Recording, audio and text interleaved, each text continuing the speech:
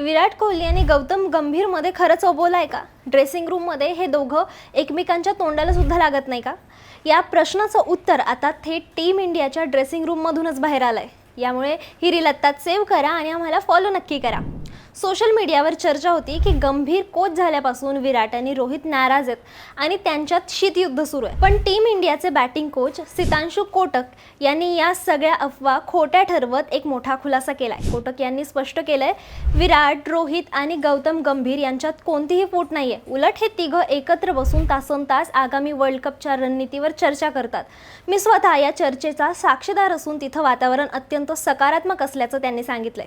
बाहेर लोक त्यांच्यातील जुन्या वादांवरून नको त्या चर्चा करतात, पण प्रत्यक्षात ड्रेसिंग रूममध्ये हे तिघं मिळून भारताला विश्वविजेता बनवण्यासाठी एकत्र काम करतात.